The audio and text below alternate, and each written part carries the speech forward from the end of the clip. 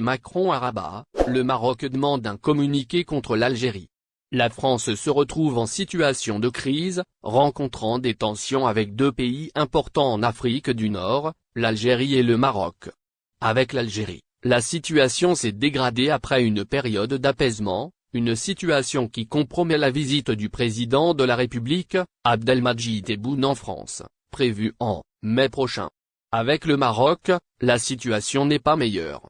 Une visite du président français, Emmanuel Macron au Maroc qui est prévue dans les semaines à venir, est aussi compromise. En effet, alors que la visite du président français, Emmanuel Macron au Maroc est prévue pour ce mois de février, un nouveau scandale politique a vu le jour. Le journaliste français Georges Malbruno, rédacteur en chef du journal français Le Figaro, a révélé que le Maroc mettrait quelques conditions au projet de voyage du président français à Rabat, demandant à publier un communiqué contre l'Algérie avant la visite présidentielle. Cette révélation a été publiée sur le compte Twitter de Malbruno, ce lundi passé, citant un diplomate français qui a déclaré que les Marocains veulent que la France publie un communiqué de presse contre l'Algérie avant la visite de Macron à Rabat. Le Royaume souhaiterait que le président français prenne ses distances avec l'Algérie.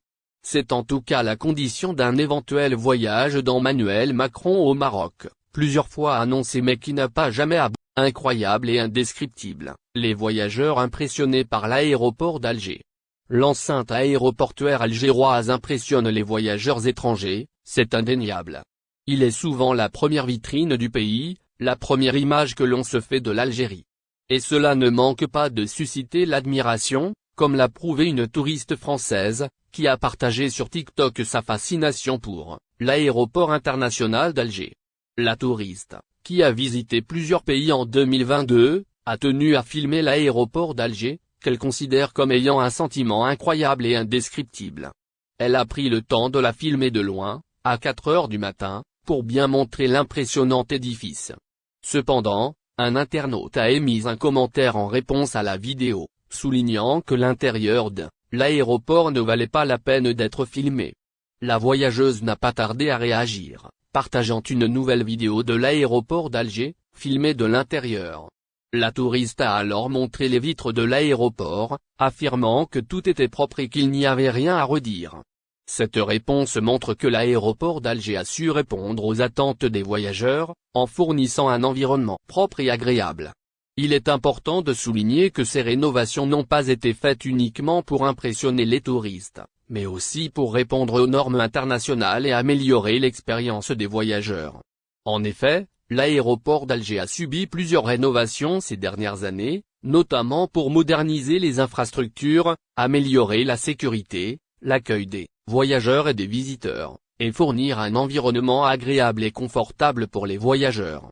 L'Algérie a ainsi investi des millions de dollars pour améliorer ses aéroports, afin de rivaliser avec les plus grands aéroports internationaux. L'aéroport d'Alger en est un bel exemple, et les résultats sont visibles, même pour les visiteurs les plus France, la communauté algérienne à Paris sous le choc. La communauté algérienne établie à Paris, en France, est sous le choc suite à la perte de l'une de ses membres. Asia, 46 ans, mère de 3 enfants, a été trouvée morte après plusieurs jours de recherche. Le corps, décapité, a découvert cette semaine au niveau du parc parisien des Buttes-Chaumont. La victime n'a plus donné de signe de vie depuis le 31 janvier dernier et son téléphone a arrêté de sonner depuis. Asia habitait avec sa petite famille à Montreuil-Seine-Saint-Denis. Âgée de 46 ans, elle était mère de 3 enfants âgés de 8, 14 et 17 ans. Sa mystérieuse disparition a été signalée au service de sécurité le 6 février dernier. C'est son mari, Youssef, qui avait donné l'alerte. Les avis de recherche ont été lancés par la suite sur les réseaux sociaux. Ses proches ont affirmé que Asia avait une pièce d'identité sur elle lorsqu'elle a quitté son domicile. Sa carte de transport, sa carte bancaire ainsi que son passeport ont été laissés chez elle. Mystérieuse disparition. La famille avait grand espoir de la retrouver saine et sauve. Les intenses opérations de recherche enclenchées ont été cependant vaines. Le désespoir gagne ainsi du terrain au fil des jours. Les craintes de ses proches et de la communauté algérienne qui s'est mobilisée pour tenter de retrouver la jeune femme, se sont confirmées cette semaine. Asia a finalement trouvé la mort. Son corps a été découvert dans le parc parisien des Buttes-Chaumont. Ce sont en fait des agents municipaux qui sont tombés au début de semaine sur des restes humains. Après des analyses des empreintes digitales, il s'est avéré que le corps était celui de Asia. La nouvelle tombée dans la journée de mercredi 15 février. L'affaire est cependant loin de livrer tous ses secrets. Une enquête a été aussitôt enclenchée par les services de sécurité pour tenter de l'élucider et d'identifier du meurtre. Aéroport Algérie, les voyageurs sous haute surveillance. Les aéroports algériens seront mis désormais sous haute surveillance. Un nouveau dispositif de traitement d'informations passagers a été en effet mis en place.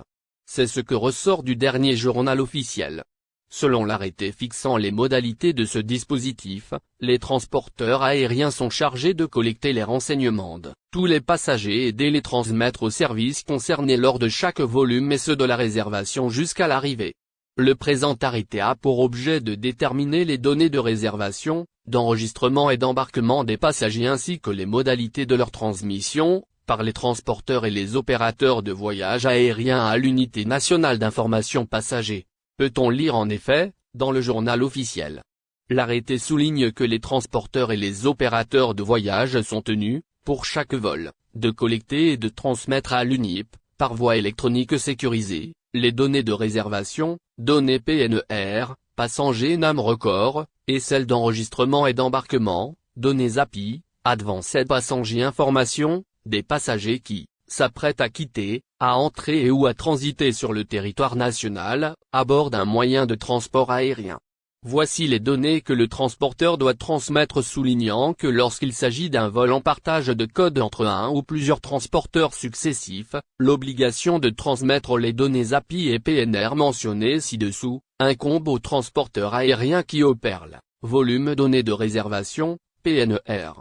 Dans son article 3, l'arrêté précise les données PNR. Celles-ci comprennent ainsi le code repère du dossier passager, la date de réservation ou d'émission du billet, date prévue du voyage, les noms, prénoms, et date de naissance, adresse et coordonnées, numéro de téléphone, adresse électronique, moyen de paiement, y compris l'adresse de facturation, itinéraire. N'oubliez pas, abonnez-vous à notre chaîne Olive News et activez les notifications pour recevoir nos publications en temps réel.